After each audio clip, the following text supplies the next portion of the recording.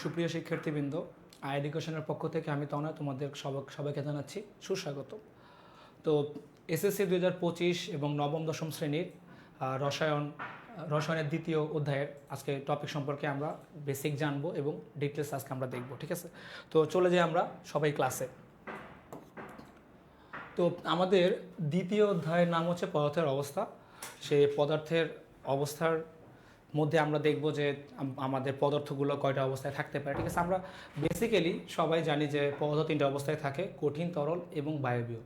তো এই কঠিন, তরল এবং বায়বীয় তিনটা অবস্থায় পদার্থগুলো কিভাবে থাকে, কেন থাকে, তার সম্পর্কে আজকে আমরা জানবো, বিস্তারিত জানবো। তো এখানে আমাদের প্রথম টপিকের নাম হচ্ছে যে আমাদের প্রথম টপিকের নাম হচ্ছে কি আমাদের যে কণার গতিতত্ত্ব। তো কণার গতিতত্ত্ব সম্পর্কে এখন আমরা দেখব। তো এখানে দেখো, এখানে আমাদের চিত্র দেওয়া আছে যে কঠিন, তরল এবং বায়বীয় পদার্থ, ঠিক আছে? এখন দেখো, কঠিন পদার্থের মানে প্রত্যেকটা পদার্থই কিন্তু অসংখ্য কণার সমন্বয়ে তৈরি, ঠিক আছে? প্রত্যেকটা পদার্থই। তো সেই কণাগুলো একে অপরকে সবসময় আকর্ষণ করে, ঠিক আছে? তো এই কণাগুলোর মধ্যকার যে আকর্ষণ বল কাজ করে, ঠিক আছে? যেমন এখানে আমরা যদি কঠিন পদার্থের চিত্রটা যদি দেখি, ঠিক আছে? তো এখানে কঠিন পদার্থের নির্দিষ্ট কিন্তু আকৃতি আছে। কেন আকৃতি থাকে? আকৃতি থাকার নিশ্চয়ই কোনো কারণ আছে। সেই কারণটা হলো যে কঠিন পদার্থ অসংখ্য কণার সমন্বয়ে তৈরি, ঠিক আছে? সেই কণাগুলোর মধ্যকার যে আকর্ষণ বল কাজ করে, সে আকর্ষণ বলকে বলা হয় আন্তঃকণা আকর্ষণ বল বা আন্তঃআণবিক আকর্ষণ বল, ঠিক আছে? তো সেই কঠিন পদার্থের ক্ষেত্রে সেই কণাগুলোর আকর্ষণ বল এতটাই তীব্র থাকে বা এতটাই প্রবল থাকে যে কণাগুলো খুব কাছাকাছি অবস্থান করে, ঠিক আছে? খুব কাছাকাছি অবস্থান করার কারণে ওদের মধ্যকার কণার মধ্যকার দূরত্ব থাকে খুব কম, ঠিক আছে? মানে এক কথায় দূরত্ব নেই বললেই চলে, ঠিক আছে? তো কঠিন পদার্থের এই আকর্ষণ বা কঠিন পদার্থ না, যে কোনো পদার্থের মানে অণুগুলার বা কণাগুলোর মধ্যকার আকর্ষণ বলকে আমরা কি বলবো? আন্তঃকণা আকর্ষণ বল। কি বলবো? আন্তঃকণা আকর্ষণ বল, ঠিক আছে? তাহলে এই যে কঠিন পদার্থ, ওর মধ্যে আন্তঃকণা আকর্ষণ বল আছে এবং এটা থাকে সবচেয়ে বেশি, ঠিক আছে? তো সবচেয়ে বেশি আকর্ষণ বল আমরা নর্মালি বুঝতেই পারি যে যাদের মধ্যে আকর্ষণ বল খুব বেশি থাকে সেখানে হচ্ছে যে দূরত্ব থাকবে কি সবচেয়ে কম, ঠিক আছে? তাহলে কঠিন পদার্থের এই যে অণুগুলোর মধ্যে যে আন্তঃকণা আকর্ষণ বল কাজ করে সেটা বেশি হওয়ার কারণে তার ওই অণুগুলার ওই কণাগুলোর মধ্যকার দূরত্ব থাকবে কি সবচেয়ে কম, ঠিক আছে? তাহলে সেটা বলতে পারি কি আমরা, তাহলে আন্তঃকণা দূরত্ব, আন্তঃকণা দূরত্ব থাকবে কি সবচেয়ে কম, ঠিক আছে? এক কথায় একবারে মানে আন্তঃকণা দূরত্ব নেই বললে চলে কঠিন বস্তুর। এখন এই আকর্ষণ বল তীব্র হওয়ার কারণে আন্তঃকণা দূরত্ব কম হওয়ার কারণে কঠিন পদার্থের নির্দিষ্ট কী থাকে? শেপ থাকে বা আকার থাকে বা আকৃতি থাকে, ঠিক আছে? তো এটা হচ্ছে আমার কঠিন পদার্থের নির্দিষ্ট আকার বা আকৃতি থাকার মূল কারণ, ঠিক আছে? এবার তরল পদার্থে যদি আমি আসি, তরল পদার্থের ক্ষেত্রে কী হয় যে কঠিন পদার্থের ক্ষেত্রে আমার যেরকম আন্তঃকণা আকর্ষণ বল থাকে তীব্র বা বেশি, তরল পদার্থের ক্ষেত্রে কী হয়? সে আকর্ষণ বলটা থাকে তো কঠিনের তুলনায় কি কম। আন্তঃকণা আকর্ষণ বল কঠিনের তুলনায় তরল পদার্থের কম থাকার কারণে ওর মধ্যকার মানে তরল পদার্থের মধ্যকার কণাগুলোর দূরত্ব থাকে কি বেশি, মানে আন্তঃআণবিক দূরত্ব থাকে কি বেশি। সে দূরত্ব বেশি থাকার কারণে এবং আন্তঃকণা আকর্ষণ বল কম থাকার কারণে তরল পদার্থের কী থাকে না? কোনো আকার বা আকৃতি থাকে না, শুধু কী থাকে? আয়তন থাকে। জন্য তরল পদার্থের ডেফিনেশনে বা সংজ্ঞায় বলা থাকে যে তরল পদার্থের নির্দিষ্ট কোনো আকার আকৃতি নেই, যেই পাত্রে ঢালা হয় সেই পাত্রের আয়তন সে কী করে? সে আয়তন সে ধারণ করে বা আকার সে ধারণ করে, ঠিক আছে? তাহলে তরল পদার্থের আমার আকার না থাকার কারণ হচ্ছে কি? আকার না থাকার কারণ হচ্ছে তরল পদার্থের কণাগুলোর মধ্যকার আন্তঃআণবিক দূরত্ব বেশি থাকে, কারণ কি আন্তঃকণা আকর্ষণ বল কম থাকে। এজন্য ওর কি থাকে না? তরল পদার্থের কি থাকে না? আকার বা আকৃতি থাকে না। এবং তরল পদার্থের আন্তঃকণা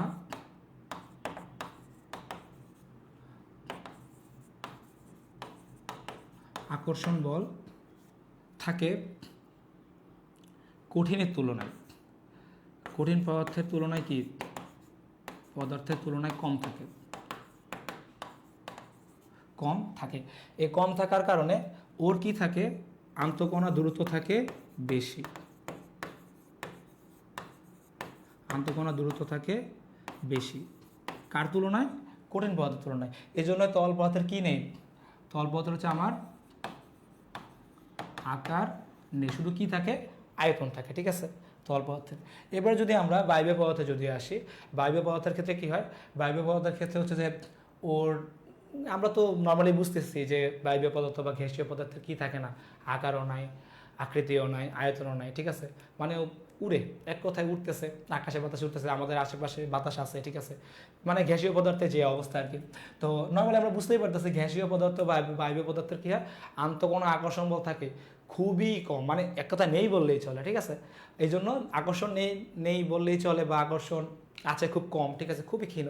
তো এই জন্য এই অণুগুলোর, দেখো এখানে তো সুন্দরভাবে দেওয়া আছে, এই যে ওই যে কণাগুলোর বা অণুগুলোর মধ্যকার দূরত্ব খুবই বেশি, মানে আন্তঃকণা দূরত্ব খুবই বেশি। কারণ কি, কারণ আন্তঃআণবিক আকর্ষণ বল বা আন্তঃকণা আকর্ষণ বল কি খুবই কম। তো এটার জন্য আমার বায়বীয় পদার্থের আকারও নাই, আকৃতিও নাই, শুধু কি আছে, আয়তন আছে, ঠিক আছে। আয়তন থাকলেও সেটা মানে অনেক বেশি, ঠিক আছে। যেমন গ্যাস, যেমন এই ঘরে তো যেমন এই যে আমাদের এখানে বাতাস, অবশ্যই বাতাস কাজ করতেছে, বাতাস অবশ্যই এখানে অ্যাক্টিভ, ঠিক আছে। তো বাতাসটা কিন্তু পুরো ঘরটাকেই কিন্তু সে কী করে রাখছে, সে পুরো ঘরটাকে সে দখল করে রাখছে, ঠিক আছে। মানে ঘরের আয়তন যা, বাতাসের আয়তন বা সেই গ্যাসের আয়তনও কি তাই, ঠিক আছে।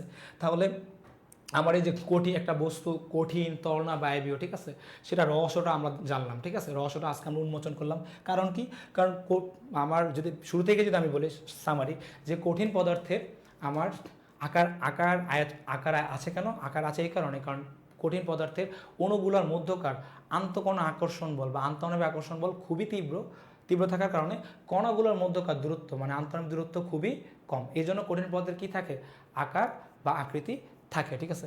তরল পদার্থের ক্ষেত্রে কী হয়, তরল পদার্থের হচ্ছে যে আমার আন্তঃকণা আকর্ষণ বল বা আন্তঃআণবিক আকর্ষণ বল কঠিনের তুলনায় কি কম থাকার কারণে অণুগুলোর বা কণাগুলোর মধ্যকার আন্তঃআণবিক দূরত্ব কি বেশি। এই জন্য তরল পদার্থের কী নেই, আকার বা আকৃতি নেই, শুধু কী থাকে, আয়তন থাকে। আর বায়বীয় পদার্থের ক্ষেত্রে তো আকার, আয়তন মানে কি বলবো আর কিছুই নেই। কারণ হচ্ছে যে, কারণ বায়বীয় পদার্থের অণুগুলোর বা কণাগুলোর মধ্যকার আন্তঃকণা আকর্ষণ বল এতটাই কম যে এক কথা নেই বললেই চলে, ঠিক আছে। এজন্য সেই কণাগুলোর বা অণুগুলোর মধ্যকার আন্তঃআণবিক দূরত্ব থাকে কি খুবই বেশি। তা দূরত্ব বেশি থাকার কারণে ওর যা অবস্থা আর কি, খালি উঠতেছে আর উঠতেছে। তো এই হচ্ছে আমার পদার্থের তিনটা অবস্থা, মানে একটা বস্তু বা একটা পদার্থ কীভাবে তিনটা অবস্থায় থাকে, ঠিক আছে। তো এখন হচ্ছে যে আমরা দেখব যে আমার এই যে কণার যে গতিতত্ত্বর যে মূল যে ব্যাপারটা, আমরা তো এতক্ষণ দেখলাম যে পদার্থের তিনটা অবস্থা। তো কণার গতিতত্ত্বের ব্যাপারে যদি আমরা দেখি, সেক্ষেত্রে হচ্ছে যেমন আমি কঠিন বস্তু যদি তাপ যদি দিই, যেমন এটাতে আমি তাপ দিলাম, ঠিক আছে, এটাতে আমি তাপ যোগ করলাম, তাপ যোগ করলে সে কী হবে, তরল পদার্থ হবে। কী হবে, তরল পদার্থ। কেন তরল পদার্থ হয় দেখো, কারণ নর্মালি দেখো তুমি যেমন ধরো না, যেমন আমি এখন এখানে দাঁড়াই আছি, ঠিক আছে, তো একটা চেয়ারে যদি আমি বসি, ঠিক আছে, তো চেয়ারে বসার পর, ঠিক আছে, সেই চেয়ারে যদি তাপ দেওয়া হয়, নর্মালি তাপ দেওয়া যদি হয়, সে চেয়ারে বাইরে থেকে যদি তাপ যদি প্রডিউস করা হয় বা সরবরাহ করা হয়, সেক্ষেত্রে আমি কিন্তু চেয়ারে বসতে পারবো না। আমার মধ্যে মানে আমার মধ্যে তাপ চলে আসবে। তাপ চলে আসার কারণে কী হবে, আমি ওই জায়গাটা আমার নগদে কী করতে হবে, ত্যাগ করতে হবে, কারণ আমি সহ্য করতে পারতেছি না। কেন, কারণ হচ্ছে তাপের কারণে, ঠিক আছে। তো তাপের কারণে আমার মধ্যে কী হইতেছে, আমার মধ্যে অস্বস্তি বোধ হইতেছে, এই কারণে ওই জায়গাটা আমার ত্যাগ করতেছে। সিম্পল একটা হিসাব, ঠিক আছে। তো আমরা যে কোনো পদার্থ যদি তাপ যদি দিই, ঠিক আছে, তার ক্ষেত্রেও তার মধ্যেও এই জিনিসগুলো হবে। এই জিনিসগুলো হবে বলতে আমরা এই জিনিসটাই মেন করতেছি আমি, যে যদি আমি কঠিন বস্তু যদি তাপ যদি দিই, ঠিক আছে, তাহলে তাপ সে ধারণ করবে, তাপ সে গ্রহণ করবে, ঠিক আছে। এখন তাপ গ্রহণ করার পর, ঠিক আছে, তাপটা তার ওই কঠিন বস্তুর মধ্যে যে কণাগুলো আছে বা যে অণুগুলো আছে সেগুলো সে ধারণ করবে। ধারণ করার কারণে কী হবে, সেই কণাগুলোর মধ্যে কম্পন সৃষ্টি হবে, কম্পন মানে ভাইব্রেশন ক্রিয়েট হবে। কম্পন সৃষ্টি হওয়ার কারণে কী হবে, তাদের মধ্যে হচ্ছে যে মানে ধাক্কাধাক্কি হবে, ঠিক আছে, একে অপরকে ধাক্কা দিবে। ধাক্কা দেওয়ার কারণে কী হবে, তাদের মধ্যকার যে আন্তঃকণা আকর্ষণ বল বা আন্তঃআণবিক শক্তি, সেটা কী হবে, সেটা আস্তে আস্তে কমবে। কমার কারণে কী হবে, কারণ ধাক্কাধাক্কি করতেছে, ধাক্কাধাক্কি সংঘর্ষের কারণে তারা যখন সংঘর্ষে লিপ্ত হবে, তখন তাদের মধ্যকার যে আন্তঃআণবিক যে শক্তি, সেটা কী হবে, সেটা কমবে ধাক্কার কারণে। তো কমার কারণে কী হবে, তাদের মধ্যকার দূরত্ব বাড়বে। তো দূরত্ব বাড়লে কী হবে, তখন কঠিন বস্তুটার বা সেই কঠিন পদার্থটার যে শেপ বা আকার, সেটা কী হবে, বিনষ্ট হয়ে যাবে। বিনষ্ট হবে কেন, কারণ ওই যে তাপ প্রদানের কারণে সংঘর্ষ হইতেছে, সংঘর্ষের কারণে দূরত্ব বাড়তেছে, দূরত্ব বাড়ার কারণে তার কি ওই কঠিন বস্তুর কি আকার বিনষ্ট হবে। তখন সেই কঠিন বস্তুটা কিছু রূপান্তরিত হবে, তরলে, ঠিক আছে। তরলে রূপান্তরিত হবে, তখন তার কোনো আকার আকৃতি থাকবে না, তার শুধু কি থাকবে, আয়তন থাকবে, ঠিক আছে। তাহলে এই যে আমি যে কঠিন বস্তুকে তাপ দিলাম, তাপ দেওয়ার কারণে কিছু কঠিন বস্তুটার মধ্যকার অণুগুলোর মধ্যকার কি সংঘর্ষ তৈরি হয়েছে না, অণুগুলো কি গতিপ্রাপ্ত হয়েছে না, এটাকেই বলে কণার গতিতত্ত্ব। তাহলে কণার গতিতত্ত্ব হচ্ছে যে আমার কার প্রভাবে হয়, কণার গতিতত্ত্ব হয় হচ্ছে যে আমার কণার গতিতত্ত্ব হয় যে আমার তাপের কারণে, ঠিক আছে। মানে একটা বস্তুর অবস্থার পরিবর্তনের জন্য তাপের যে প্রভাব সেটা কিন্তু খুবই গুরুত্বপূর্ণ, ঠিক আছে। আমরা নিজেরাই দেখলাম যে যে কঠিন বস্তুকে তাপ দিলে সেটা তরলে পরিণত হয় কেন, কারণ হচ্ছে কণাগুলো তাপ গ্রহণ করে, তাপ গ্রহণ করার কারণে তার মধ্যে সংঘর্ষ হয়, আর সংঘর্ষের কারণে তার শেপ বা আকার নষ্ট হয়, তখন সে তরলে রূপান্তরিত হয়, ঠিক আছে। আর এই তাপের কারণে বস্তুটার যে কণাগুলো থাকে সে কণাগুলো গতিপ্রাপ্ত হয়, এই জন্যই এটাকে বলা হয় কি কণার গতিতত্ত্ব, ঠিক আছে। এবার যদি আমি কঠিন তলকে যদি তাপ প্রদান করি, আমি আবারও কঠিনকে তলকে আমি তাপ প্রদান করলাম, তাপ প্রদান করলে সে কিসে রূপান্তরিত হবে, জলীয় বাষ্প বা গ্যাসীয় বা বায়বীয় পদার্থে সে রূপান্তরিত হবে। একই প্রসেস, ওর মধ্যে যদি তাপ যদি সরবরাহ করা হয়, ঠিক আছে, ওর এবার তল পদার্থের কণাগুলোর মধ্যে আবার সংঘর্ষ তৈরি হবে, ঠিক আছে। সংঘর্ষ তৈরি করার কী হবে, তাদের মধ্যকার আকর্ষণ বল আস্তে আস্তে কমতে থাকবে, আস্তে আস্তে কমতে থাকবে, এবং দূরত্ব কী হবে, বাড়তে থাকবে। তো তল পদার্থে যদি যদি আকর্ষণ বল যদি কমে আমার অণুগুলোর বা কণাগুলোর, তখন দূরত্ব বাড়ার কারণে সে কিসে রূপান্তরিত হবে, গ্যাস বা বায়বীয় পদার্থে রূপান্তরিত হবে, ঠিক আছে। তো এটাই হচ্ছে আমার কণার গতিতত্ত্বের বেসিক, ঠিক আছে। আমরা এক কথায় যদি বলি যে কঠিন বস্তুকে তাপ দিলে তাপের কারণে আমার হচ্ছে যে সেই কঠিন বস্তুর যে মধ্যকার যে কণা থাকে বা যে অণু থাকে, ঠিক আছে, তাদের মধ্যে তারা সংঘর্ষে লিপ্ত হয়, সংঘর্ষে লিপ্ত হওয়ার কারণে কি হয়, তাদের মধ্যকার আন্তঃকণা আকর্ষণ বলের ব্যাঘাত ঘটে বা কমে যায়, যার কারণে আন্তঃআণবিক দূরত্ব বৃদ্ধি পায়। তখন সেই কঠিন বস্তু বা কঠিন পদার্থের কি আকার বা আকৃতির শেপটা বিনষ্ট হয়ে যায়, তখন সে রূপান্তরিত হয় কি তল পদার্থে, যার শুধুমাত্র কি থাকে আয়তন থাকে। আবার তল পদার্থ যদি আমি তাপ প্রদান করি, আবারও সেম একই প্রসেস, তল পদার্থের অণুগুলোর বা কণাগুলোর মধ্যে কী হবে, আমার হচ্ছে যে তারা আবার সংঘর্ষে লিপ্ত হবে, সংঘর্ষে লিপ্ত হওয়ার কারণে কী হবে, তাদের মধ্যকার আন্তঃআণবিক দূরত্ব বৃদ্ধি পাবে, তখন সে রূপান্তরিত হবে কি কিসে, গ্যাসীয় বা বায়বীয় পদার্থে। এই যে তাপের কারণে যে বস্তুর যে কঠিন থেকে তরল হইলো, তরল থেকে যে বায়বীয় হইলো, ঠিক আছে, কণার মধ্যে যে সংঘর্ষ হইলো, এটাই হচ্ছে কি আমার মূলত কণার গতিতত্ত্ব, ঠিক আছে। তো আমার কণার গতিতত্ত্ব গেল। এবার আমরা যদি পরের টপিকে যদি আসি, ব্যাপন, যেটাকে আমরা ডিফিউশন বলি, one of the most important topic. এবং এই অধ্যায়ের জন্য এই ব্যাপন টপিকটা এতটাই ইম্পর্টেন্ট যে প্রত্যেক বছর এসএসসিতে মিনিমাম ব্যাপন থেকে একটা এমসিকিউ কমন আসবেই, ব্যাপন থেকে 100% একটা এমসিকিউ তুমি কমন পাবা পরীক্ষায়, ঠিক আছে। এটা এতটা ইম্পর্টেন্ট টপিক, ঠিক আছে। সো এই ব্যাপন সম্পর্কে এখন আমরা দেখব। তো ব্যাপনের ডেফিনেশনটা কি, ব্যাপনের ডেফিনেশনটা এরকম যে যে কোনো একটা মাধ্যম, সেই মাধ্যমটা কঠিন, তরল, বায়বীয় যে কোনো মাধ্যম হইতে পারে, যে কোনো একটা মাধ্যমের মধ্যে আমি যদি যে কোনো একটা মাধ্যমের মধ্যে যে কোনো বস্তু, ঠিক আছে, সেই বস্তুটা যদি মানে অটোমেটিকভাবে, মানে বইয়ের ভাষা যদি আমি বলি, কোনো মাধ্যমে কঠিন, তরল বা বায়বীয় পদার্থ স্বতঃস্ফূর্তভাবে বা কি স্বতঃস্ফূর্তভাবে এবং সমভাবে, মানে কি সমানভাবে যে ছড়িয়ে পড়ার যে প্রসেস, ছড়িয়ে পড়বে কিভাবে, উচ্চ ঘনমাত্রাযুক্ত জায়গা থেকে নিম্ন ঘনমাত্রাযুক্ত জায়গার মধ্যে কি করবে, ছড়িয়ে পড়বে সেই বস্তুটা বা সেই পদার্থটা। এই ছড়িয়ে পড়ার প্রসেসকে আমরা কি বলবো, ব্যাপন বলবো বা ডিফিউশন বলবো, ঠিক আছে। তাহলে এখানে কি হয়, যে কোনো একটা পদার্থ বা বস্তু, যে কোনো একটা পদার্থ বা বস্তু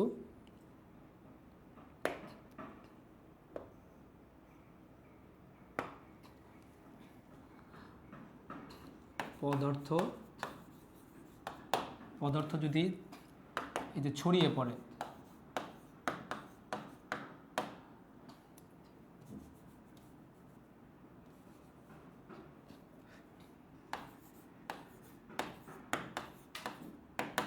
ছড়িয়ে পড়া, ঠিক আছে, পদার্থের যে ছড়িয়ে পড়া, সে ছড়িয়ে পড়াটা হতে পারে, হবে কিভাবে, উচ্চ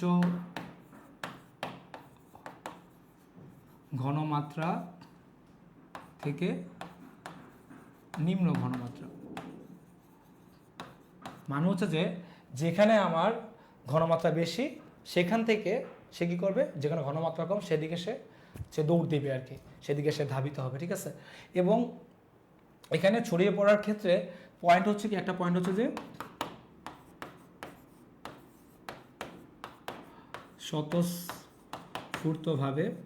স্বতঃস্ফূর্তভাবে বলতে আমরা এটাই বুঝি যে অটোমেটিক। অটোমেটিক বলতে বুঝি মানে কোনো প্রভাব লাগবে না, মানে সে নিজের মতো নিজে ছড়িয়ে পড়বে, ঠিক আছে। তারপর দুইটা হচ্ছে কি, 2 নম্বর টপিক পয়েন্ট হচ্ছে কি সমভাবে, মানে কি সমানভাবে, সে সমানভাবে ছড়িয়ে পড়বে, ঠিক আছে। যেমন মানে ব্যাপনের সবচেয়ে ন্যাচারাল যদি এক্সাম্পল যদি বিবেচনা করি, সেক্ষেত্রে হচ্ছে যে পারফিউম। যেমন আমি একটা রুমের একটা কোনো যদি পারফিউম যদি স্প্রে করি, ঠিক আছে, একটা সময় পর কিছুক্ষণ পর দেখা যায় কি যে পুরো রুমের মধ্যে সে পারফিউমের স্মেলটা আমরা পাচ্ছি। তার মনে হচ্ছে যে এই যে আমি শুধু রুমের একটা কোণে শুধু স্প্রে করলাম, ঠিক আছে, স্প্রে করে কিন্তু শেষ, আমি কিন্তু ওই স্প্রে করার পর আমি কিন্তু কোনো প্রভাব আর ফেলিই নেই, কিছুই করি না, ঠিক আছে। পরবর্তীতে আমি 5 মিনিট পর বা 10 মিনিট পর যখন আমি রুমে প্রবেশ করে দেখলাম যে পুরো ঘরের মধ্যে সে পারফিউম স্মেলটা আমি পাচ্ছি, মানে হচ্ছে কি এই যে ছড়িয়ে পড়লো, ঠিক আছে, এই গ্যাসটা যে পারফিউমটা যে পুরো রুমের মধ্যে ছড়িয়ে পড়লো, এই ছড়িয়ে পড়ার প্রসেসটা হচ্ছে কি আমার ব্যাপন। এখন দেখো এখানে যে দুটো পয়েন্টের কথা আমি উল্লেখ করছি, যে উচ্চ ঘনমাত্রা থেকে নিম্ন ঘনমাত্রা, পারফিউমটা অবশ্যই একটা হচ্ছে মানে পারফিউমের যে বোতল, সেই বোতলের মধ্যে সে কিন্তু আছে, ঠিক আছে। তো ভিতরে কিন্তু সে কিন্তু আবদ্ধ অবস্থায় আছে, তার মানে হচ্ছে ভিতরে চাপটা অনেক বেশি, ঠিক আছে, মানে সেখানে ঘনমাত্রাটা বেশি, কারণ ওইখানে তো আমার স্পেসটা লিমিটেড, ঠিক আছে, কিন্তু বাইরের স্পেসটা কিন্তু আনলিমিটেড, ঠিক আছে। তো ভিতরের স্পেসটা লিমিটেড, মানে সেখানে আমার ঘনমাত্রা কি বেশি বাইরের তুলনায়। তো যখন আমি স্প্রে করলাম, তাহলে সেই উচ্চ ঘনমাত্রাযুক্ত জায়গা থেকে কোন দিকে বের হয়েছে, নিম্ন ঘনমাত্রা জায়গার দিকে সে প্রবাহিত হয়েছে, এবং সে স্বতঃস্ফূর্তভাবে এবং সমানভাবে পুরো রুমের মধ্যে সে ছড়িয়ে পড়ছে, ঠিক আছে। তো এই প্রসেসকে আমরা কি বলবো, ব্যাপন বলবো। তো ব্যাপনের ডেফিনেশন যদি আমরা বলি, তাহলে কি হয়, যে কোনো মাধ্যমে কঠিন তরল এবং বায়বীয় পদার্থের উচ্চ ঘনমাত্রাযুক্ত জায়গা থেকে নিম্ন ঘনমাত্রাযুক্ত জায়গায় স্বতঃস্ফূর্তভাবে এবং সমানভাবে ছড়িয়ে পড়ার প্রক্রিয়াকে আমরা কি বলবো, ব্যাপন বলবো, ঠিক আছে। এবং আমি আবারও মেনশন করতেছি যে এই ব্যাপনের ব্যাপারটা হচ্ছে যে আমার এটা এতটা ইম্পর্ট্যান্ট টপিক, যেটা থেকে প্রত্যেক বছর প্রত্যেকটা বোর্ডে একটা করে এমসিকিউ মাস্ট থাকে, ঠিক আছে। সেই এমসিকিউগুলো আমরা দেখব, ঠিক আছে। এবং ব্যাপনের হচ্ছে যে ব্যাপন থেকে সৃজনশীল আসে, ঠিক আছে, সেই সৃজনশীল কোন টপিক থেকে ব্যাপনের সৃজনশীল আসে সেটাও আমরা দেখবো আজকে, ঠিক আছে। তো তো এই ব্যাপন নিয়ে আমাদের একজন বিজ্ঞানী নাম হচ্ছে গ্রাহাম বিজ্ঞানী, তিনি হচ্ছে যে একটা সূত্র তিনি দিচ্ছেন, ঠিক আছে। সেই সূত্রটা তোমরা ইন্টারমিডিয়েটে গেলে দেখবা, তারপরও আমি এখন এটা নিয়ে আলোচনা করবো, মানে জানানো আর কি, ঠিক আছে। তো এটাকে বলা হয় গ্রাহামের গ্যাস ব্যাপন সূত্র। কি বলে? গ্রাহামের গ্যাস ব্যাপন সূত্র বলে। ওকে, আমরা দেখি।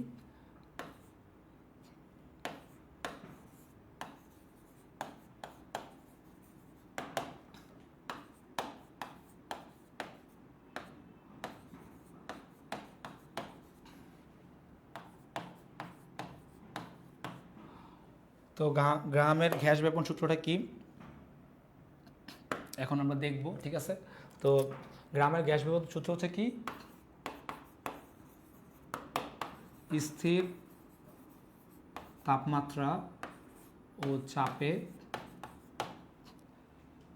কোনো গ্যাসের ব্যাপন হার ঘনত্বের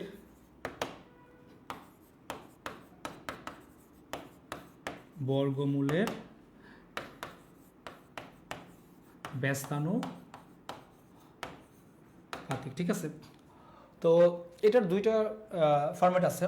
একটা ফরম্যাট হচ্ছে যে যেটা বললাম, যে ওই গ্যাসের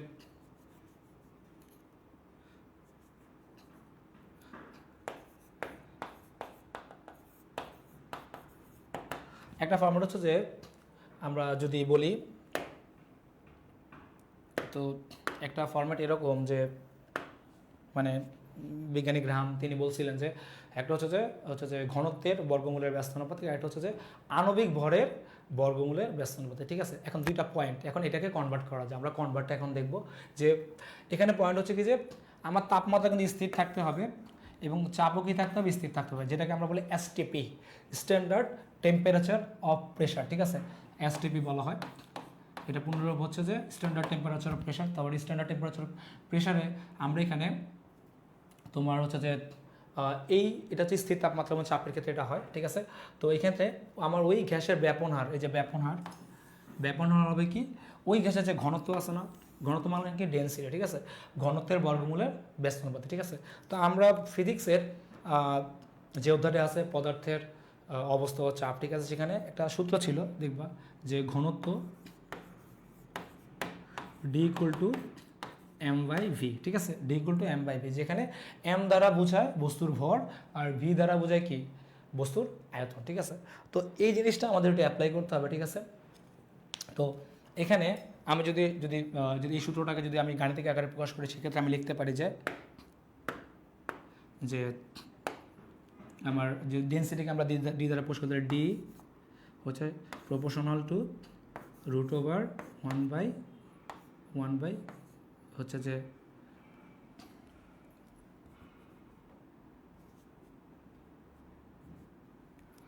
আর প্রপোর্শনাল টু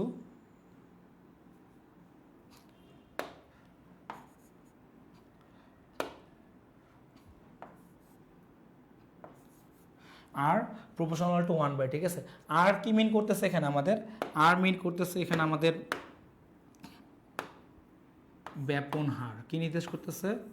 ব্যাপন হার, মানে কি গ্যাসের ছড়িয়ে পড়ার যে হার, ঠিক আছে, সেটা নির্দেশ করতেছে আর রেট অফ ডিফিউশন। আর এখানে ডি কি মিন করতেছে আমার ওই গ্যাসের ঘনত্ব, ঠিক আছে, ওই গ্যাস কতটুকু ঘন, ঠিক আছে। তো এটার একটা পয়েন্ট। আর একটা পয়েন্ট হচ্ছে যে আমরা লিখতে পারি যে একটা পয়েন্ট হচ্ছে যে r proportional to root over 1/m, ঠিক আছে। তো এখানে আমার এম দ্বারা আর দ্বারা তো আমরা বুঝতেছি আর দ্বারা কি ব্যাপন হার নির্দেশ করে, ঠিক আছে। আর এম দ্বারা বোঝায় ওই গ্যাসের মোলার ভর। কি নির্দেশ করে? ওই গ্যাসের মোলার ভর নির্দেশ করে, ঠিক আছে। মোলার ভর নির্দেশ করে, এটাকে আবার বলা হয় আণবিক ভরও বলা যায়, ঠিক আছে, আণবিক ভর। তো এখন এই দুইটাকে আমরা মানে এটাকে আমরা এখন এটাতে রূপান্তর করব, ঠিক আছে। মানে এই ঘনত্ব যেখানে আছে, ঘনত্বটাকে এখন এখানে আমরা রূপান্তর করব। রূপান্তর করলেই তোমরা দেখতে পারবা, ঠিক আছে, আসলে এটা কিভাবে হয় আমাদের। ওকে, তো প্রথমত হচ্ছে যে আমার এখন এটা মুছে ফেলতে হবে। মুছে ফেলে আমি তোমাদেরকে দেখাবো এই প্রমাণটা আসলে কিভাবে আসে, যে গ্রামের গ্যাস ব্যাপন সূত্রের যে প্রুফ, ঠিক আছে, সেটা এখন আমরা দেখব। তো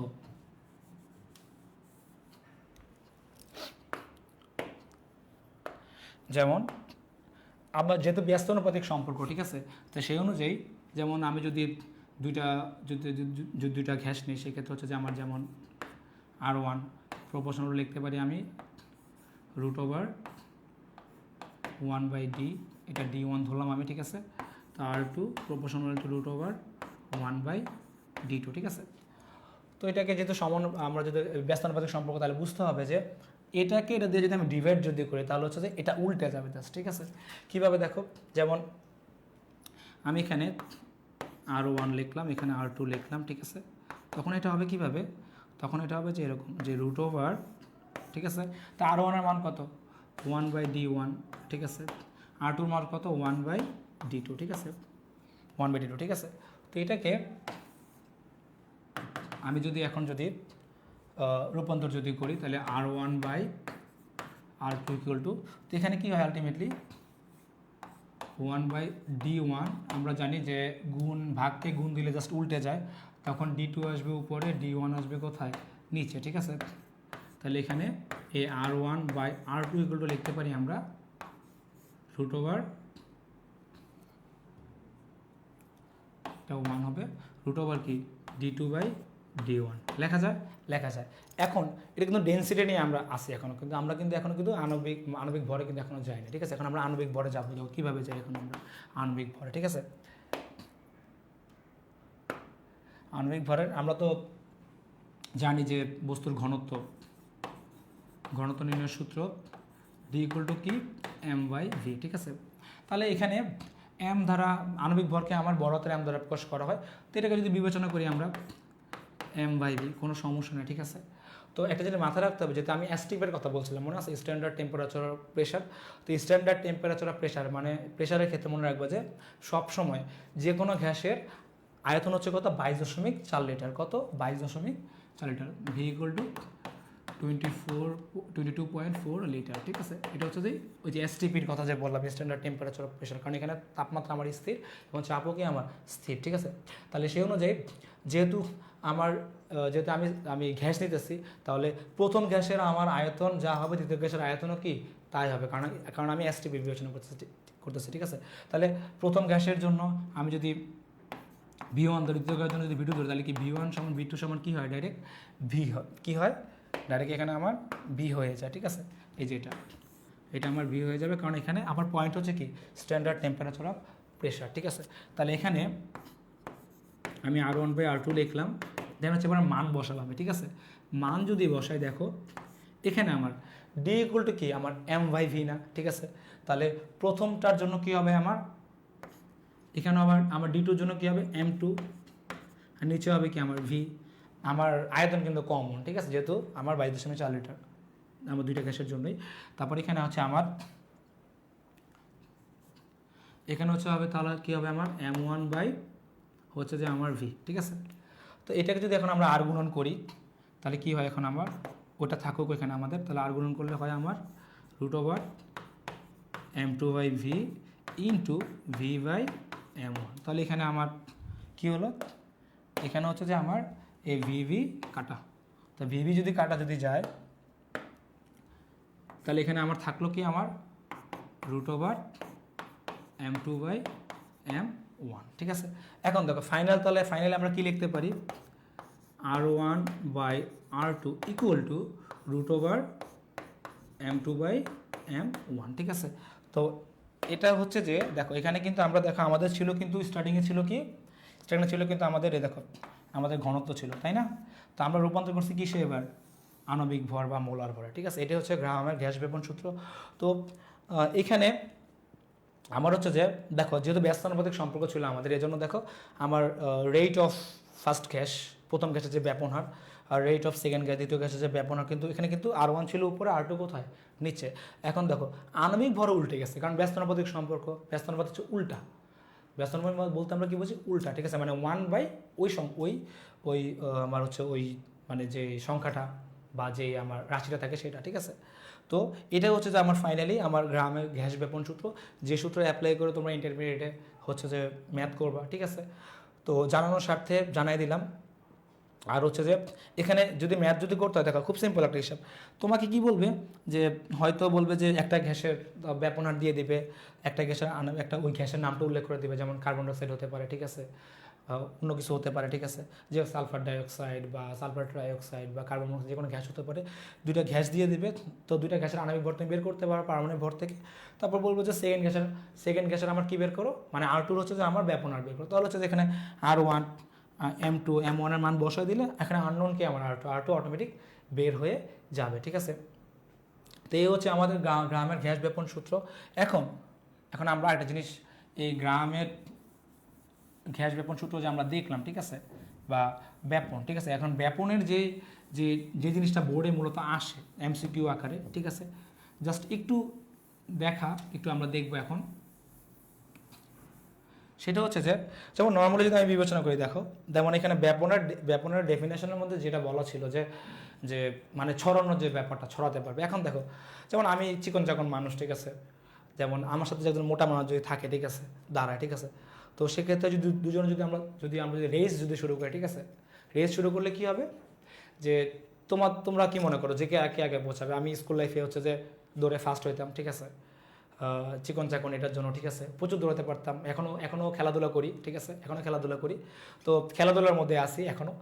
তো সেক্ষেত্রে দুইটা মানুষ যেমন আমি এবং আরেকজন যদি থাকে, সে আমার জন্য নাই অনেক মোটা, ঠিক আছে, দুজন আমরা দৌড় দিই, সেক্ষেত্রে অবভিয়াসলি আমি আগে পৌঁছাবো, কারণ আমার কি ভর কম, ঠিক আছে, তার ভর কি বেশি, ঠিক আছে। তো ব্যাপনের ক্ষেত্রেও সেম একই প্রসেস, একই জিনিসটা অ্যাপ্লাই করতে হবে। সেটা হচ্ছে যে যেই গ্যাসের কি আমার ভর কম, তার সে ছড়াতে পারবে বেশি, মানে তার ব্যাপন ঘটবে কি বেশি।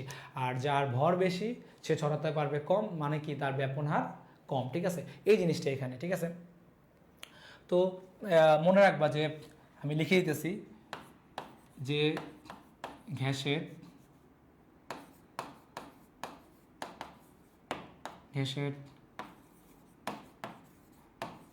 আণবিক ভর বেশি, তার ব্যাপন হার কম, অর্থাৎ সে ছড়াতে পারবে কম, ঠিক আছে।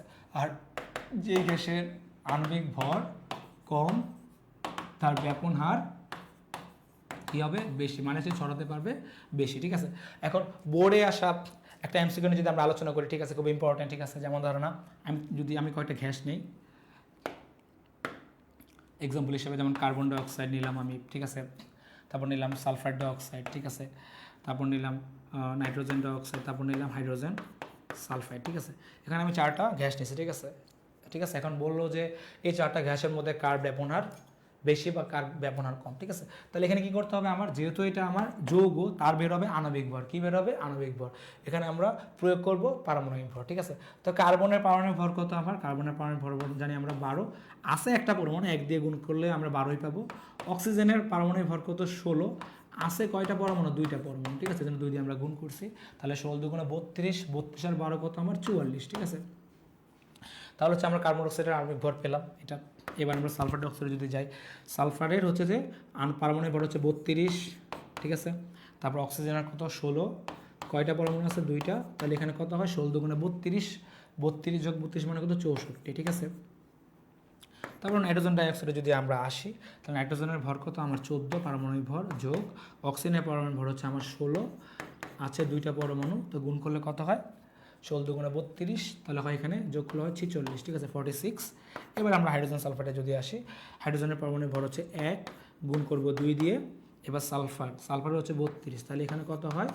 34 হয়। ঠিক আছে, এখন দেখো আমরা সবগুলো কিন্তু আণবিক ভর পেয়ে গেছি। এই যে কার্বন ডাইঅক্সাইডের 44, সালফার ডাইঅক্সাইডের আমার 64, তারপর নাইট্রোজেন ডাইঅক্সাইডের আমার 46 এবং হাইড্রোজেন সালফাইডের কত? আমার 34। ঠিক আছে, তো এখন দেখো কার ভর এখানে বেশি? এখানে আমার সালফার ডাইঅক্সাইডের আণবিক ভর সবচেয়ে বেশি। ঠিক আছে, এবং কার ভর সবচেয়ে কম? এখানে আমার হচ্ছে হাইড্রোজেন সালফাইডের আণবিক ভর সবচেয়ে কম। তাহলে সেই অনুযায়ী বলতে পারি কি আমাদের ব্যাপনের যে ফর্মুলা বা ব্যাপনের যে সূত্র, সেই সূত্রতে বলা হচ্ছে কি, যার আণবিক ভর বেশি তার কি ব্যাপন হার কম, যার আণবিক ভর কম তার ব্যাপন হার কি বেশি। তাহলে সেই অনুযায়ী বিবেচনা করলে আমার হচ্ছে যে এই যে ওর কি ব্যাপন হার বেশি, আর ওর কি আমার ব্যাপন হার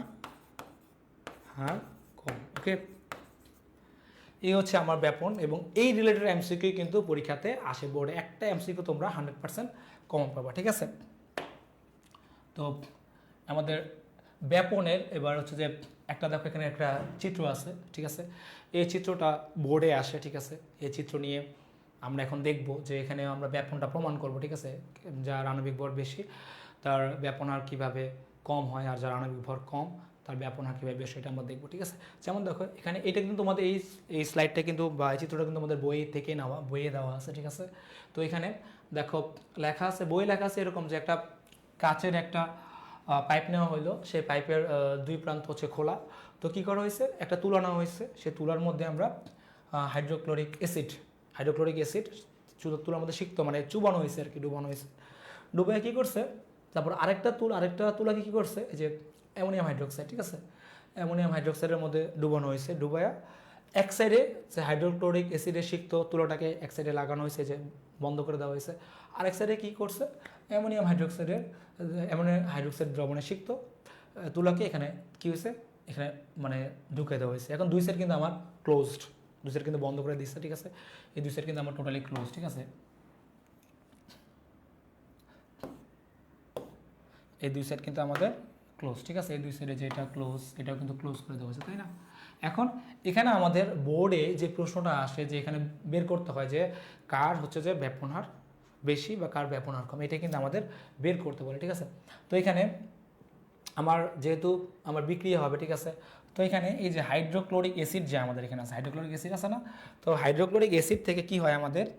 হাইড্রোক্লোরিক অ্যাসিড থেকে আমার হাইড্রোজেন ক্লোরাইড গ্যাস বের হয়। কী বের হয়? Hydrogen chloride gas. এখান থেকে আমার হাইড্রোজেন ক্লোরাইড আমার গ্যাস বের হবে। ঠিক আছে, ওকে, এখান থেকে আমার হাইড্রোজেন ক্লোরাইড মানে HCl। দেখো এখানে কিন্তু ভিন্নতা আছে, এটা হাইড্রোক্লোরিক এটা কিন্তু অ্যাসিড। ঠিক আছে, এটা হাইড্রোজেন ক্লোরাইড, এটা কিন্তু গ্যাস। ঠিক আছে, নাম কিন্তু ভিন্ন আছে। ঠিক আছে, আর এখান থেকে আমার বের হবে, এই যে এখান থেকে আমার বের হবে অ্যামোনিয়া গ্যাস। কী বের হবে? অ্যামোনিয়া গ্যাস, আর অ্যামোনিয়া গ্যাস তো এদিকে, মানে যা বেরোবে সব কিন্তু কাচের এই নলের মধ্যেই থাকবে, ঠিক আছে। তখন কি হবে, এই দুইটার মধ্যে, যে এই দুইটার মধ্যে আমার রিয়াকশন হবে, ঠিক আছে, বিক্রিয়া হবে, ঠিক আছে। দুইটার মধ্যে রিয়াকশন হয়ে আমার উৎপন্ন করবে কি, উৎপন্ন করবে আমার হচ্ছে অ্যামোনিয়াম ক্লোরাইড। এই যে অ্যামোনিয়াম ক্লোরাইডটা, ঠিক আছে, এই যে অ্যামোনিয়াম ক্লোরাইডটা তৈরি করছে, ঠিক আছে। অ্যামোনিয়াম ক্লোরাইড আমার কি ধোঁয়া তৈরি করবে, ঠিক আছে, ধোঁয়া তৈরি করবে। এখন নর্মালি দেখো এখান থেকে হাইড্রোজেন ক্লোরাইড গ্যাস বেরোতেছে, এখান থেকে অ্যামোনিয়া হচ্ছে আমার গ্যাস বেরোতেছে। এখন ওরা তো এইদিকেই মুভ করবে, তাই না, মুভ করবে কিন্তু এই কাছের নলের ভিতরে, ঠিক আছে। তো এখন দেখা গেল যে যে ও দুটোর মধ্যে বিক্রিয়া করে এই যে ধোঁয়া যে সৃষ্টি করলো, ওর যে ধোঁয়া সৃষ্টি হলো, ঠিক আছে। এখন ধোঁয়া সৃষ্টি হয়েছে কোথায়, সে কাঁচনলের ভিতরে। কোথায় সৃষ্টি হয়েছে, কাঁচনলের ভিতরে। এখন আমরা দেখবো যে আসলে এক্স্যাক্টলি কোথায় তৈরি হয়েছে। তো এখানে মার্ক করা আছে যে এই যে দেখো এই অংশের মধ্যে আমার ধোঁয়াটা তৈরি হয়েছে, তাই না।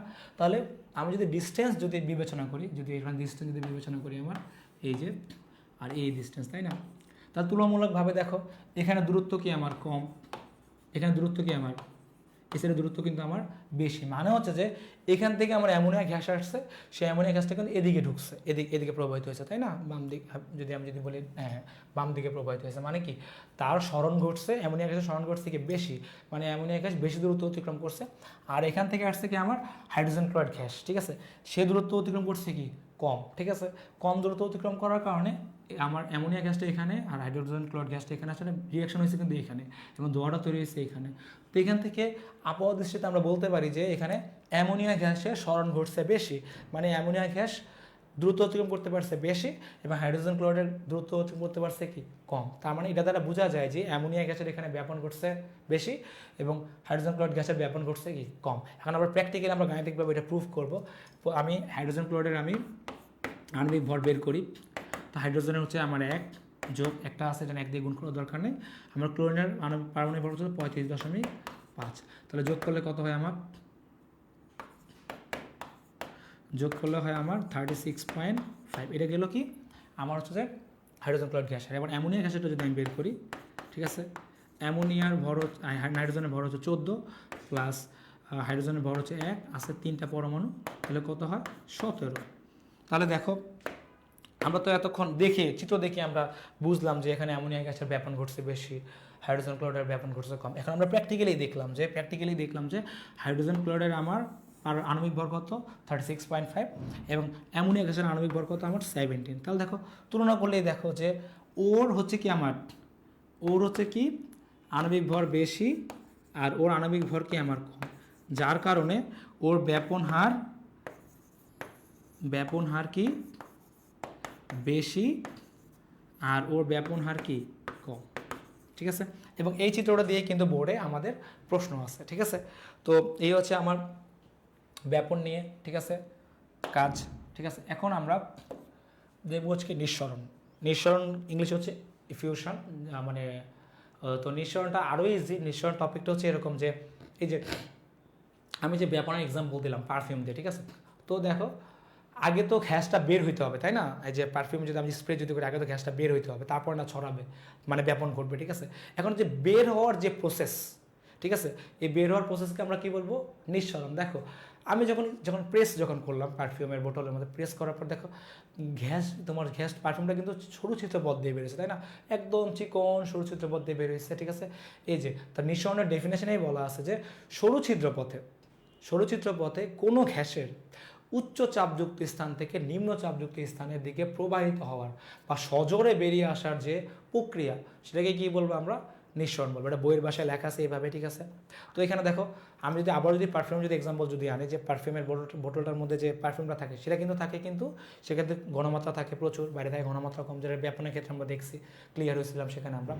তো নিঃসরণের ক্ষেত্রে দেখো চাপের প্রভাব, মানে সেখানে সে আবদ্ধ অবস্থায় আছে না পারফিউমটা, যেমন এটা যদি আমি বিবেচনা করি এটার ভিতরে পারফিউম আছে, ঠিক আছে, তাহলে সে আবদ্ধ অবস্থায় আছে এবং সেখানে চাপ কি খুবই বেশি এবং বাইরে চাপ কি খুবই কম। যখন আমি প্রেস করলাম, এই যে ধরুন এটা প্রেস করলাম, আমি প্রেস করার কারণে কী হলো, এই যে এখান থেকে সরু ছিদ্রপথ দিয়ে আমার গ্যাস সজোরে বেরোতেছে, কীভাবে সজোরে, ঠিক আছে।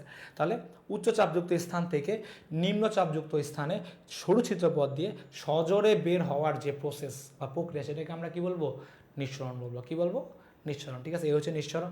তাহলে এখান থেকে আমরা বলতে পারি যে নিঃসরণ আর ব্যাপনে যদি আমরা যদি একত্রে যদি আলোচনা করি, এখান থেকে এটা বোঝা যায় যে নিঃসরণ ঘটবে আগে, ব্যাপন ঘটবে কি পরে। এবং ব্যাপনের ক্ষেত্রে হচ্ছে যে কঠিন, তরল, বায়বীয় সব ক্ষেত্রেই প্রযোজ্য ব্যাপন, কিন্তু নিঃসরণ শুধুমাত্র কি গ্যাসের ক্ষেত্রে প্রযোজ্য, নিঃসরণ ক্ষেত্রে অন্য কোনো কিছুর ক্ষেত্রে প্রযোজ্য নয়। এবং ব্যাপনের ক্ষেত্রে হচ্ছে যে আমার এটা হচ্ছে এখানে ঘনমাত্রার প্রভাব আছে, এখানে কিন্তু চাপের প্রভাব নাই, কারণ ব্যাপনের ডেফিনেশনেই বলা আছে যে উচ্চ ঘনমাত্রাযুক্ত স্থান থেকে নিম্ন ঘনমাত্রাযুক্ত স্থানের দিকে কী হবে, প্রবাহিত হবে, ঠিক আছে। আর নিঃসরণের ক্ষেত্রে ব্যাপার হচ্ছে উচ্চ চাপযুক্ত স্থান থেকে নিম্ন চাপযুক্ত স্থানের দিকে প্রবাহিত হবে। তো ব্যাপনের ক্ষেত্রে চাপের কিন্তু কোনো প্রভাব নেই, কিন্তু নিঃসরণের ক্ষেত্রে চাপের প্রভাব আছে, এবং নিঃসরণ ঘটবে আগে এবং ব্যাপন ঘটবে কোথায়, পরে, ঠিক আছে। তো এই হচ্ছে আমাদের নিঃসরণের ব্যাপার, ঠিক আছে। এবার যদি আসি আমরা গলন এবং স্ফুটন, ঠিক আছে, মোস্ট ইম্পর্টেন্ট টপিক গলন এবং স্ফুটন, ঠিক আছে। তো গলন বলতে বোঝায় কি, গলা, ঠিক আছে, এক কথায় গলা, যেমন বরফ গলে পানি হয়, ঠিক আছে, বা অন্য যে কোনো পদার্থ গললে যে তরল রূপান্তরিত হয়, ঠিক আছে।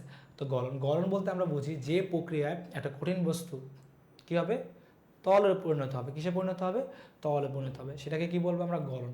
আমরা কিন্তু এই অধ্যায়ের শুরুতেই আমরা কণা গতিতত্ত্বের মধ্যে আমরা দেখছিলাম যে একটা কঠিন বস্তু কোন শর্তে সে তরল হইতেছে, তাপের কারণে, তাই না। তাপ প্রয়োগ করার কারণে কী হয়েছে, কঠিন বস্তুর মধ্যে অণুগুলোর মধ্যে সংঘর্ষ হয়েছে, কঠিন সেই অণুগুলা বা কণাগুলো গতিপ্রাপ্ত হয়েছে, গতিপ্রাপ্ত হওয়ার কারণে তাদের মধ্যে আন্তঃআণবিক শক্তি বা আন্তঃকোণ আকর্ষণ বল কী হয়েছে, কমে গেছে, আন্তঃআণবিক দূরত্ব বেড়ে গেছে, তখন সে তরলে পরিণত হয়েছে। এই যে তরলে পরিণত হলো কিসের কারণে, তাপের কারণে, ঠিক আছে। তাহলে তাপ দিলেই বস্তুর অবস্থার পরিবর্তন ঘটলো, ঠিক আছে।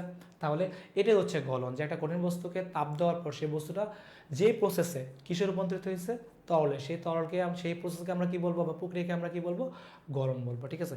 আর স্ফুটন হচ্ছে কি, বাষ্পীভূত হওয়া, মানে হচ্ছে যে গ্যাসে পরিণত হওয়া, ঠিক আছে। ওই যে তরল থেকে যেরকম আমরা তাপ দিয়ে কিসে রূপান্তর করছি, বায়বীয় পদার্থে না, সেটাই, সেই প্রসেসকে আমরা কি বলবো, স্ফুটন। মানে একটা তরল পদার্থ থেকে তাপ দেওয়ার পর সেটা যে প্রক্রিয়া কিসে রূপান্তরিত হবে, গ্যাসে বা বায়বীয় পদার্থে, সেটার নামই হচ্ছে কি আমার স্ফুটন, ঠিক আছে। তো আর হচ্ছে যে, তো একটা আমরা যে কোনো বস্তুকেই যদি আমরা তাপ দিই, ঠিক আছে, তরল হবে, বায়বীয় হবে, ঠিক আছে, কিন্তু নির্দিষ্ট বস্তুর ক্ষেত্রে নির্দিষ্ট আমার তাপমাত্রা প্রয়োগ করতে হয়, ঠিক আছে। যেমন আমি বরফের ক্ষেত্রে আমি যে তাপ প্রয়োগ করব, আমি কিন্তু লোহার ক্ষেত্রে কিন্তু সেই তাপ প্রয়োগ করলে কিন্তু হবে না, যেহেতু আমার পদার্থের গঠন ভিন্ন, ঠিক আছে, ভিন্ন ভিন্ন পদার্থ, তাহলে তাদের গঠনের উপর ডিপেন্ড করে কিন্তু আমার তাপমাত্রাটাও কি ভিন্ন ভিন্ন তাপমাত্রা প্রয়োগ করতে হবে, ঠিক আছে। যেমন পানি, যেমন বরফ 0 ডিগ্রি সেলসিয়াস তাপমাত্রা কী হয়, পানিতে পরিণত হয়, ঠিক আছে। এই জন্য পানির গলনাঙ্ক ধরা হয় কত, 0 ডিগ্রি। মানে যেই তাপমাত্রায় একটা কঠিন বস্তু কিসে রূপান্তরিত হবে, তরলে, সেটা হচ্ছে ওই বস্তুর গলনাঙ্ক।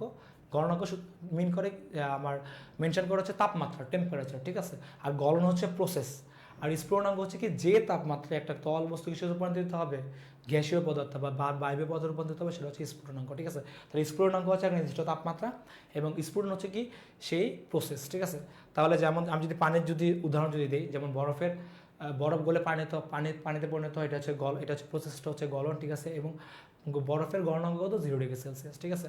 আবার আমি যদি পানিকে আমি যদি তাপ প্রয়োগ করি, ঠিক আছে, তো প্রয়োগ করার পর সে জলীয় বাষ্পে পরিণত হবে, ঠিক আছে। এই প্রসেসটার নাম হচ্ছে কি আমার স্ফুটন। আর এই যে তাপমাত্রায় সে তার স্ফুটন ঘটে, সেই তাপমাত্রার নাম হচ্ছে কি, সেই তাপমাত্রা হচ্ছে কত, 100 ডিগ্রি সেলসিয়াস, ঠিক আছে। এই হচ্ছে আমার গলন আর স্ফুটনের ব্যাপার, ঠিক আছে। তো এটা নিয়ে যদি আমি জাস্ট একটু লিখি, ঠিক আছে, লিখলে যদি হয়, যেমন ধরেন আমি যদি লিখি, তাহলে গলন হচ্ছে কি, যে প্রক্রিয়ায় কঠিন পদার্থ বা কঠিন বস্তু কিসে রূপান্তরিত হয়, তরলে পরিণত হয়, সেটাই কি, সেটাই হলো আমার গলন, ঠিক আছে। সেটাই হলো আমার গলন, ঠিক আছে। এটা শুধুমাত্র কি করে, আমার প্রসেসটা শুধু মেইন করে, ঠিক আছে। আর গলনাঙ্ক হলো কি তাপমাত্রা, মানে যে তাপমাত্রায় কোনো কঠিন পদার্থ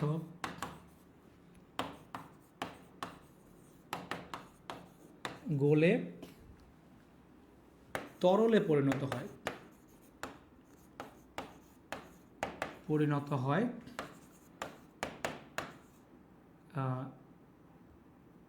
সেই তাপমাত্রাকে বলা হয় সেই তাপমাত্রাকে ওই পদার্থের গলনাঙ্ক বলে। কি বলে? গলনাঙ্ক। যেমন আমি যদি এক্সাম্পল যদি দেই, যেমন পানি H2 এর গলনাঙ্ক, সরি পানি না, এখানে যদি এক্সাম্পল যদি আমি বরফ বলবো, বরফ, যেমন বরফের গলনাঙ্ক 0 ডিগ্রি সেলসিয়াস, ঠিক আছে। পানি, তারপর হচ্ছে যে এই প্রসেসটা। এবার যদি আমি যদি স্ফুটনাঙ্কে যদি আসি, স্ফুটনাঙ্কে কী হবে? সেম একই কথা, তরল পদার্থ পরিণত হবে কিসে? বায়বীয় পদার্থে। তো এখানে দেখো মূলত আমার কাজ করতেছে কে? তাপ। কে কাজ করতেছে এখানে? তাপ। তাপের কারণে কিন্তু এই জিনিসগুলো ঘটে, ঠিক আছে।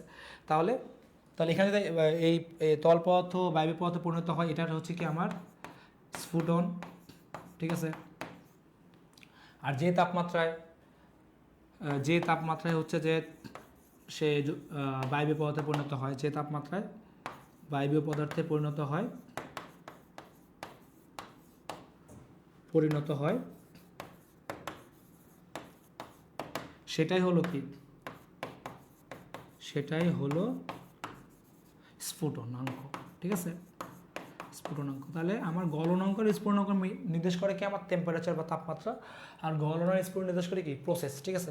যেমন যদি বলি পানিকে যদি আমি তাপ দিই, পানিকে তাপ দিলে কী হবে? 100 ডিগ্রি সেলসিয়াস তাপমাত্রায় সে জলীয় বাষ্পে পরিণত হবে। তাহলে পানির স্ফুটনাঙ্ক কত? 100 ডিগ্রি সেলসিয়াস। আমি আরেকটা কথা বলতেছি, আমার এক একটা পদার্থ কিন্তু একরকমভাবে গঠন কিন্তু ভিন্ন ভিন্ন, ঠিক আছে। আমার পানির ক্ষেত্রে আমার গলন যা, লোয়ার ক্ষেত্রে কিন্তু গলন কিন্তু তা না। বা পানির ক্ষেত্রে আমার স্ফুটনাঙ্ক যা, লোয়ার ক্ষেত্রে কিন্তু আমার কি স্ফুটনাঙ্ক কিন্তু তা না, ঠিক আছে। এখানে কিন্তু ভিন্ন ভিন্ন। তো গলন স্ফুটনের এতটুকুই ছিল। তো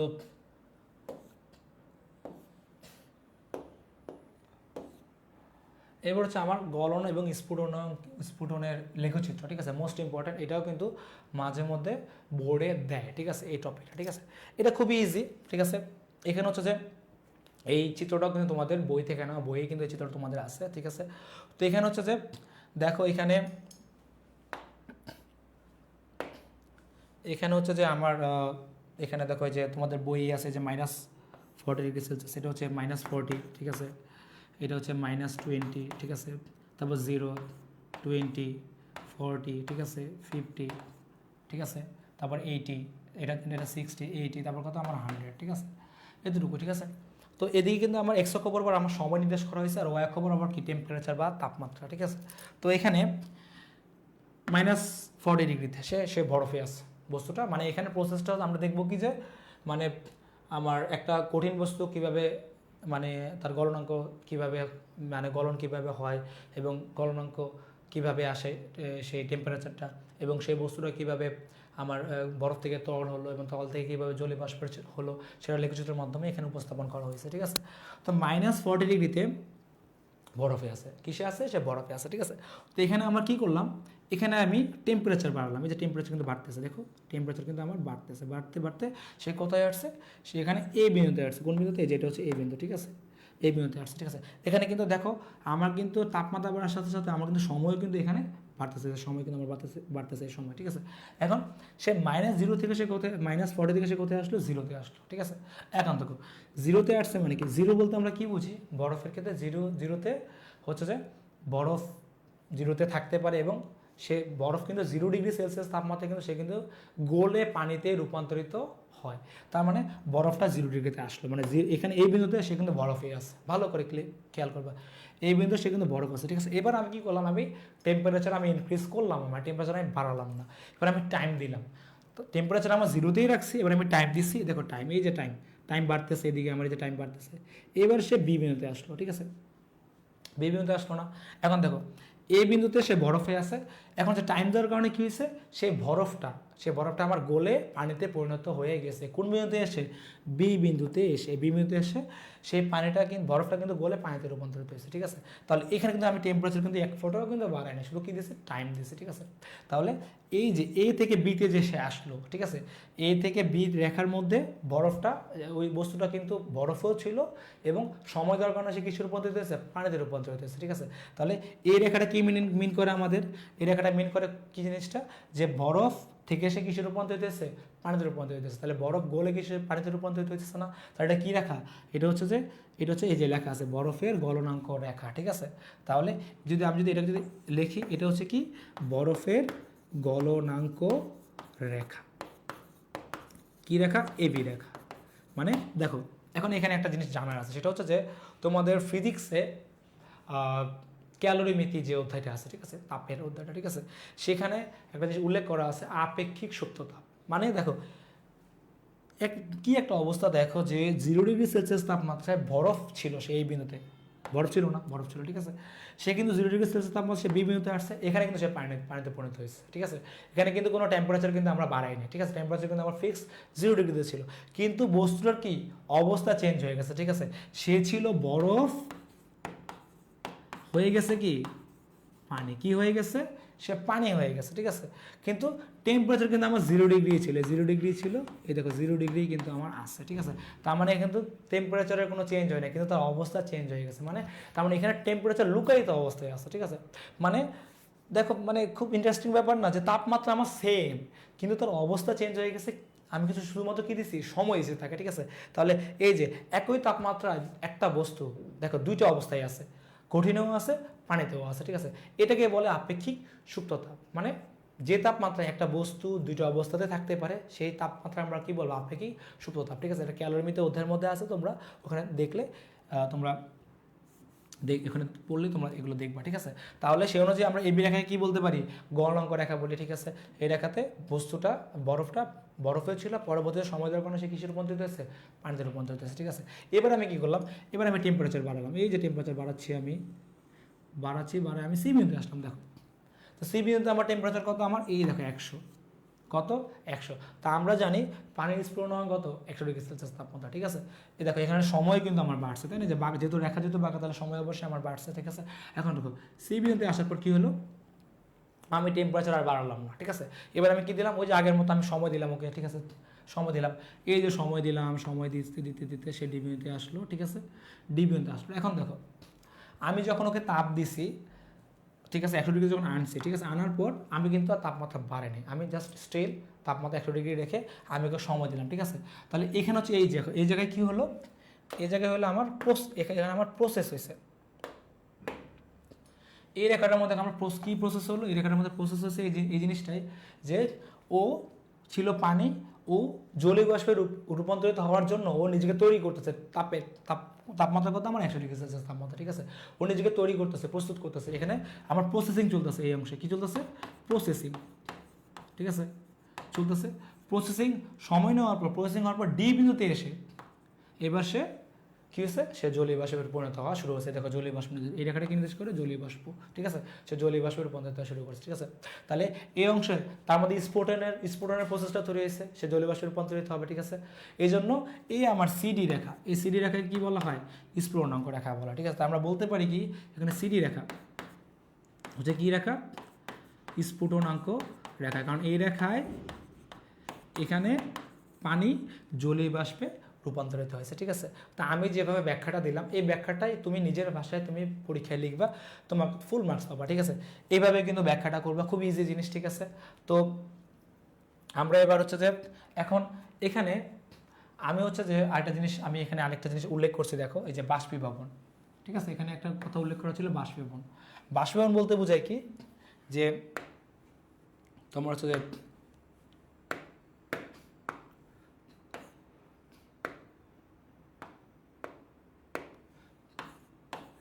যে প্রক্রিয়ায়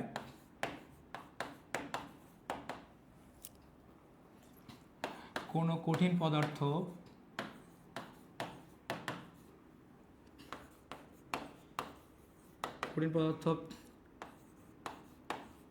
কঠিন থেকে তরল, তরল থেকে কি বায়বীয় পদার্থে রূপান্তর হয় তাকে বাষ্পীভবন বলে।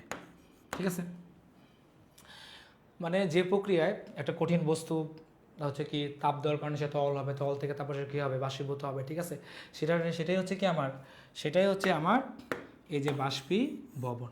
ওকে, তাহলে দেখো তো, এখানে বরফ ছিল, সে বরফ কঠিন পদার্থ। ঠিক আছে, কি হলো, এখানে গিয়ে সে তরল হলো। ঠিক আছে, এই অংশে সে তরল হলো। ঠিক আছে, তারপর দেখো আবার টেম্পারেচার আমরা বাড়ালাম, বাড়াই যে এখানে আসলাম, আসার পর এবার এখানে সে কী হয়েছে, এই যে জলীয় বাষ্প মানে কি বায়বীয় পদার্থে পরিণত হয়েছে। তাহলে এটা কিন্তু বাষ্পীভবনেরই কিন্তু আমার লেখচিত্র। ঠিক আছে, তো একসাথে কিন্তু আমি বাষ্পীভবনটা তোমাদেরকে দেখাই দিলাম। ঠিক আছে, তো এখন আমরা নেক্সট আমরা যাবো হচ্ছে যে জলীয় বাষ্পকে শীতলকরণের লেখচিত্র বা ঘনীভবন, মানে হচ্ছে কি উল্টা। এতক্ষণ দেখছি কি আমরা কঠিন থেকে তরল, তরল থেকে কি বায়বীয়, এবার হচ্ছে কি আমার বায়বীয় থেকে তরল, তরল থেকে কি আমার কঠিন, মানে উল্টা প্রসেস। দেখো, কঠিন থেকে আমরা তরল করার জন্য আমরা তাপ প্রয়োগ করছি, আবার তরল থেকে আমরা বায়বীয় পদার্থে পরিণত করার জন্য আমরা তাপ প্রয়োগ করছি। এখানে উল্টা, যে বায়বীয় থেকে তরল করবো আমরা, তাপ নিয়ে নেবো, এবার ওর থেকে তাপ নিয়ে নেবো। তরল থেকে আমরা কঠিন করবো, ওর থেকে আমরা কী করবো, তাপ নিয়ে নেবো। ঠিক আছে, দেখো যেমন ধরুন এখানে, ঠিক আছে, এখানে আমি যদি দেখি, যেমন ধরুন এই যে 140 ডিগ্রি, ঠিক আছে, এখানে 140 ডিগ্রি, তাই না। এবার আমি কি করলাম, ওর থেকে আমি তাপ নিয়ে নিলাম। ঠিক আছে, তাপ নিয়ে আমি হচ্ছে এখানে আসলাম। ঠিক আছে, দেখো এটা কিন্তু জলীয় বাষ্প, এখানে উল্লেখ করা হচ্ছে জলীয় বাষ্প। ঠিক আছে, তাহলে তাপ নেওয়ার কারণে কী হবে, তাপ কমার কারণে দেখো 140 থেকে কততে আসলো, 100তে আসলো, তাপমাত্রা আমি কিন্তু কমাই ফেলছি এখানে। ঠিক আছে, এবার এখান থেকে জলীয় বাষ্পে সে এখানে আসলো, মানে এখানে সে জলীয় বাষ্প, সেখানেও কিন্তু সে জলীয় বাষ্প আছে। ঠিক আছে, তারপর আমি এবার কী করলাম, এবার আমি তাপমাত্রা কমালাম না, আমি একটু টাইম দিলাম।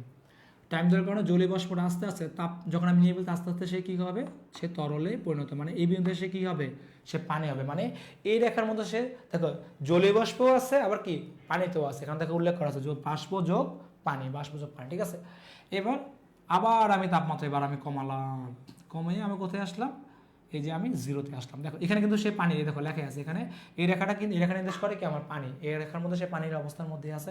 এখন 0তে আসার পর এবার আমি আগের মতো আমি এবার টেম্পারেচার আর কমালাম না, আমি সময় নিলাম।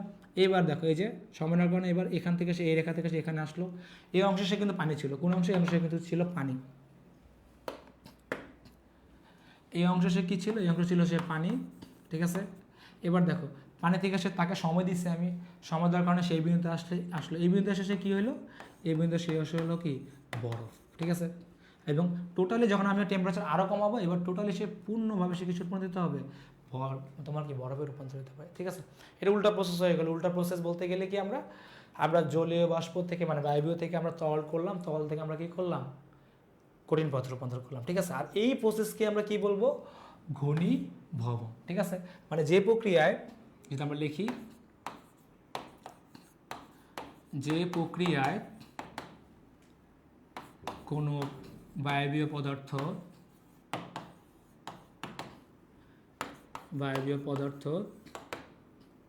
হচ্ছে কি তরল, তারপর তরল থেকে কি কঠিনে কি হয়,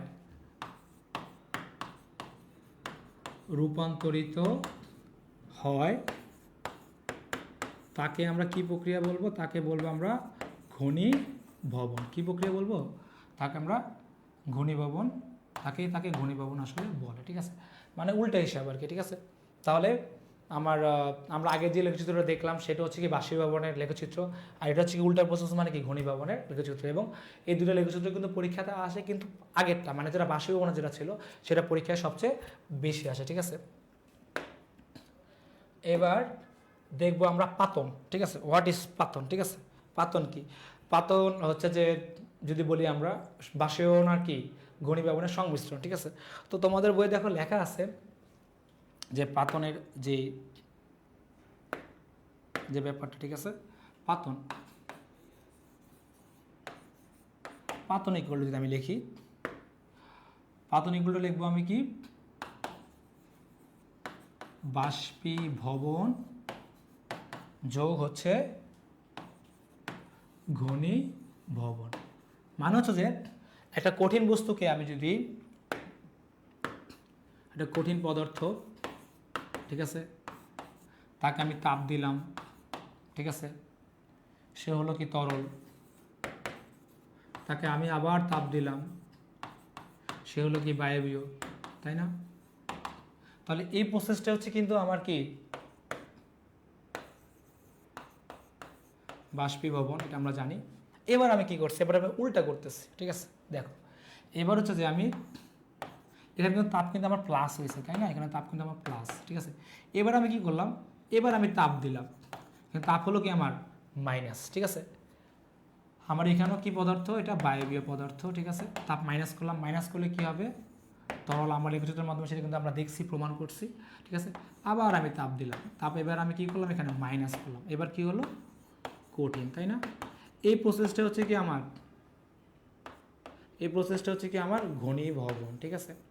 যে কঠিনকে আমি তাপ দেওয়ার পর তরল হলো, তরলকে তাপ দেওয়ার পর কী হলো, বায়বীয় পদার্থ হলো, ঠিক আছে। এবার বায়বীয় থেকে আমি তাপ যদি নিয়ে ফেলে তাহলে কী হবে, তরল হবে। তরল থেকে আমি তাপ নিয়ে ফেললে কী হবে, তরল থেকে তাপ নিয়ে ফেললে আমার কী হবে, কঠিন হবে, তাই না? ঠিক আছে। এখন এই দুইটা প্রসেস, এই যে আমি কঠিন থেকে বায়বীয় করলাম, বায়বীয় থেকে যে কঠিন করলাম, এই দুইটা প্রসেস যদি একসাথে ঘটে সেই, ঠিক আছে, এই দুইটা প্রসেসের একসাথে ঘটলে এই দুইটা প্রসেসের সংমিশ্রণকে আমরা কি বলবো, পাতন বলবো। মানে হচ্ছে কি আমি একবার বাষ্পীভবন করব আর বাষ্পীভবন থেকে আমরা কী করবো, ঘনীভবন করবো, ঠিক আছে। এটাকে আমরা কি বলবো, পাতন। এই জন্য পাতনকে বলা হয় কি বাষ্পীভবন প্লাস ঘনীভবন দুটো একসাথে, ঠিক আছে। আর বাষ্পীভবন আর ঘনীভবন আমরা এর আগেও ক্লিয়ার হয়েছি, লেখচিত্রের মাধ্যমে আমরা দেখছি, ঠিক আছে। তো এই হচ্ছে আমার পাতনের ব্যাপারটা। এগুলো হচ্ছে যে আমাদের ক নাম্বার ডেফিনেশনে আসে। এবার হচ্ছে যে এটাও খুব ইম্পর্টেন্ট টপিক, ঊর্ধ্বপাতন। ঊর্ধ্বপাতন, ঠিক আছে।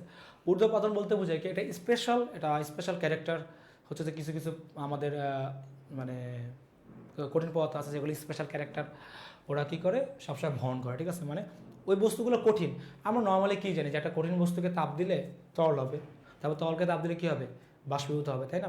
মানে বায়ু পদার্থে পরিণত হবে, ঠিক আছে।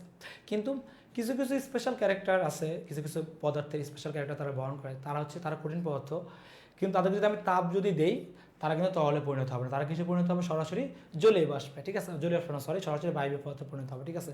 তো যে প্রক্রিয়ায় একটা কঠিন পদার্থ কিসে রূপান্তরিত হয়, কঠিন থেকে কি সরাসরি বায়বীয় পদার্থে, সেই প্রক্রিয়ার নামই হচ্ছে কি, সেই প্রক্রিয়ার নামই হচ্ছে যে আমার ঊর্ধ্বপাতন, ঠিক আছে। এটা যদি আমরা লিখি যে প্রক্রিয়ায় কোনো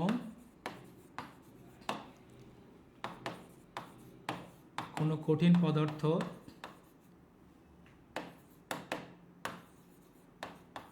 তাপের কারণে সরাসরি বায়বীয় পদার্থে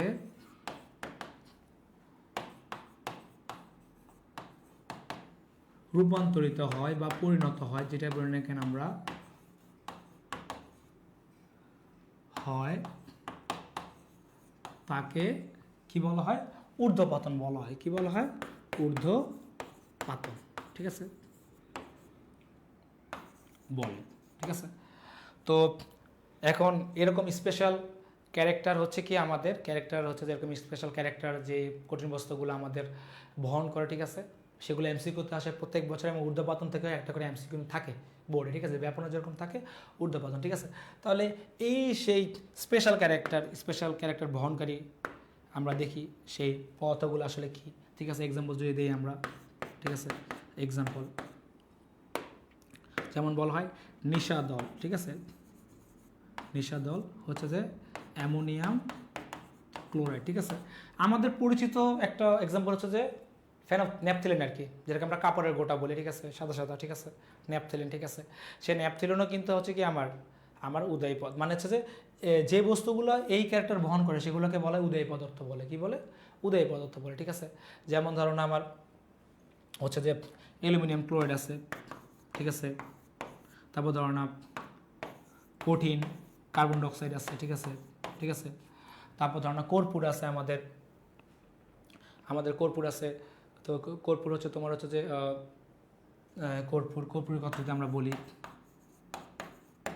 কর্পূর আছে আমাদের, ঠিক আছে।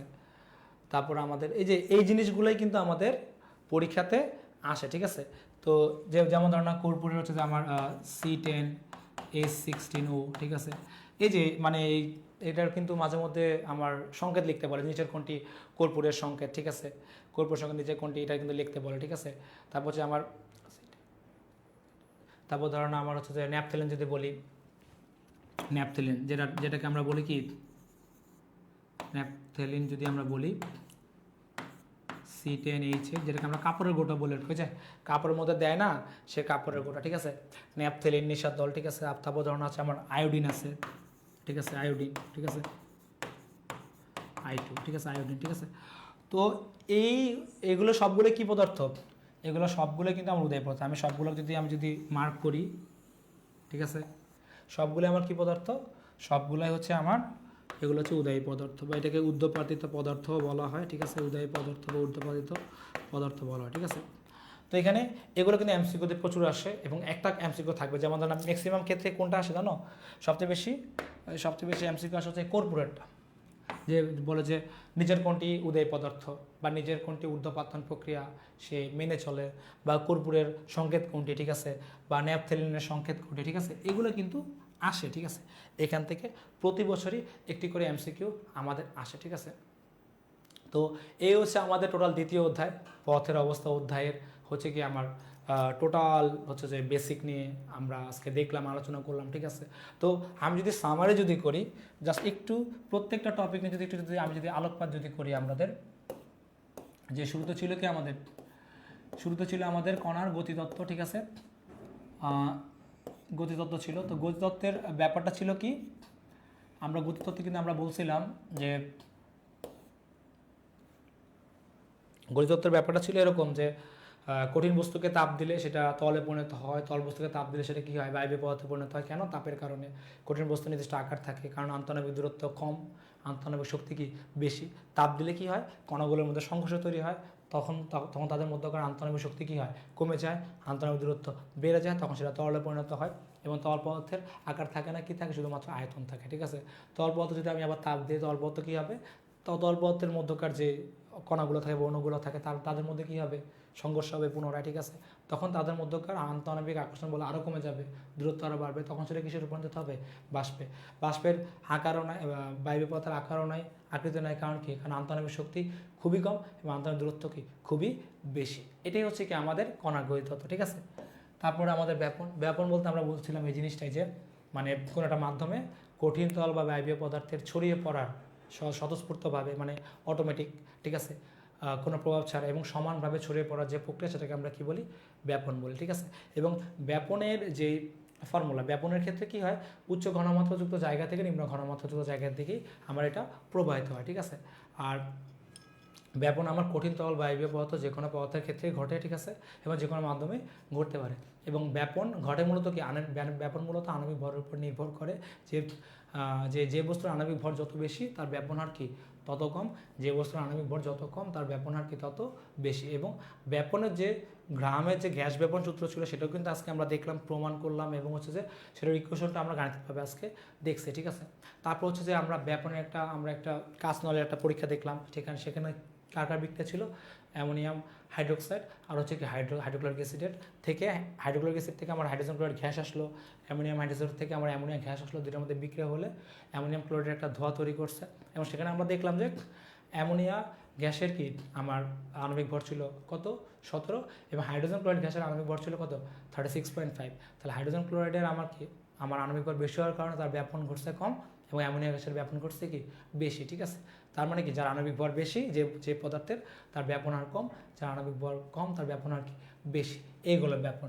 এগুলো হচ্ছে যে নিঃসরণে যদি আমরা আসি, এই যে প্রমাণটা, নিঃসরণ হচ্ছে কি, যে মানে একটা কঠিন একটা এবং নিঃসরণের ক্ষেত্রে মাথা রাখবে, নিঃসরণ শুধুমাত্র কি আমার বায়বীয় পদার্থের ক্ষেত্রে কিন্তু প্রযোজ্য। ব্যাপনের ক্ষেত্রে কিন্তু কঠিন তরল বায়বীয় যে কোনো পদার্থের ক্ষেত্রেই আমার ব্যাপন ঘটে, কিন্তু নিঃসরণের ক্ষেত্রে শুধুমাত্র কি ব্যাপন, ঠিক আছে। মানে পারফিউমে প্রেস করলাম, সরু ছিদ্র পথ দিয়ে যে পারফিউম যে বের হয়, ঠিক আছে, উচ্চ চাপযুক্ত জায়গা থেকে নিম্ন চাপযুক্ত জায়গার দিকে যে বের হয়, সেটাই হচ্ছে কি আমার নিঃসরণ। তো আমরা ডেফিনেশন যদি বলি, সরু ছিদ্র পথে উচ্চ চাপযুক্ত স্থান থেকে নিম্ন চাপযুক্ত স্থানের দিকে গ্যাসের প্রবাহিত হওয়ার বা সরল ছিদ্র পথে সজোরে বের হওয়ার যে প্রক্রিয়া সেটাকে আমরা কি বলবো, নিঃসরণ বলবো। ঠিক আছে, এবং নিঃসরণ ঘটবে আগে, ব্যাপন ঘটবে পরে। নিঃসরণের ক্ষেত্রে আমার চাপের প্রভাব আছে, ব্যাপনের ক্ষেত্রে চাপের প্রভাব নাই। ঠিক আছে, এবার যদি আসি আমরা নেক্সট গলন এবং স্ফুটন। গলন বলতে বোঝায় যে প্রক্রিয়ায় একটা কঠিন বস্তু মানে তরলে পরিণত হয় গলে, সেটাকে গলন বলা হয়, এবং যে তাপমাত্রায় সে গলবে সেটাকে বলা হয় ওই বস্তুর গলনাঙ্ক। ঠিক আছে, আর স্ফুটন বলতে বুঝি কি, যে প্রক্রিয়ায় একটা তরল পদার্থ তাপ গ্রহণ করে কিসে রূপান্তরিত হবে, বায়বীয় পদার্থে, সেই প্রক্রিয়ার নাম হচ্ছে স্ফুটন। এবং যে তাপমাত্রায় একটা তরল পদার্থ কিসে রূপান্তরিত হবে, বায়বীয় পদার্থে, সেই তাপমাত্রা হচ্ছে ওই বস্তুর স্ফুটনাঙ্ক। ঠিক আছে, তারপর হচ্ছে যে আমরা সেই গলন স্ফুটনাঙ্কের আমরা হচ্ছে যে আমরা লেখচিত্র দেখলাম, এটা হচ্ছে মূলত কি বাষ্পীভবনের আমার লেখচিত্র। বাষ্পীভবন বলতে আমরা কি বুঝি, যে প্রক্রিয়ায় কঠিন বস্তু তাপ গ্রহণ করে কিসে রূপান্তরিত হবে, তরলে, এবং তরল বস্তু তাপ গ্রহণ করে কিসে রূপান্তরিত হবে, আমার হচ্ছে কি বায়বীয় পদার্থে, সেটাই সেই প্রক্রিয়ার নামে হচ্ছে কি আমার বাষ্পীভবন।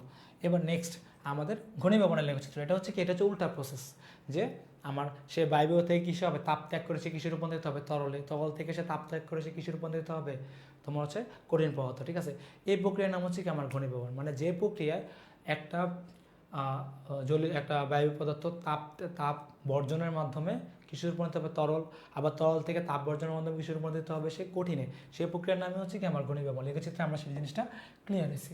আর পাতন বলতে আমরা কি বুঝি, পাতন ইকুয়াল টু হচ্ছে কি বাষ্পীভবন যোগ ঘনীভবন। মানে একটা বস্তু প্রথমে সে কঠিন থেকে তরল হবে, তরল থেকে সে বাষ্পীভূত হবে, বায়বীয় পদার্থ হবে, আবারও তাকে আমরা তার থেকে তাপ নিয়ে তাকে আমরা বায়বীয় পদার্থে কিসে রূপান্তরিত করব, তরলে, আবার তরল থেকে আবার তাপ নিয়ে কিসে রূপান্তরিত করব, তাকে কঠিনে। ঠিক আছে, এই বাষ্পীভবন আর ঘনীভবন যখন একসাথে যখন ঘটবে সেটাকে তখন আমরা কি বলবো, পাতন বলবো। ঠিক আছে, আর হচ্ছে লাস্ট টপিক হচ্ছে আমাদের ঊর্ধ্বপাতন।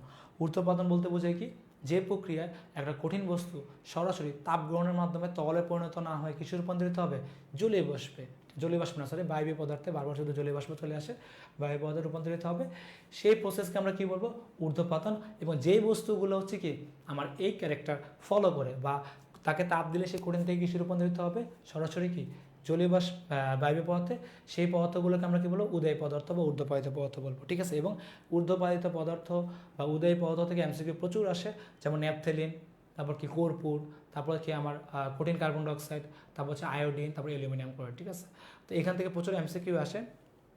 তো সুপ্রিয় শিক্ষার্থীবৃন্দ, আজকে আমরা দ্বিতীয় অধ্যায় পদার্থের অবস্থার টোটাল থিওরি নিয়ে আজকে আমরা আলোচনা করলাম, এবং প্র্যাকটিক্যালি হচ্ছে কি আমরা কিছু কিছু সূত্রের প্রমাণ দেখলাম, এবং সেগুলো আমরা গাণিতিকভাবে তার ব্যাখ্যা করলাম। ঠিক আছে, তো অবশ্যই নেক্সট ক্লাসে আবার তোমাদের সাথে দেখা হবে, ততদিন সুস্থ থাকবা, ভালো থাকবা। ঠিক আছে, আজকের মতো বিদায়, সবার জন্য রইল শুভকামনা। আল্লাহ হাফেজ।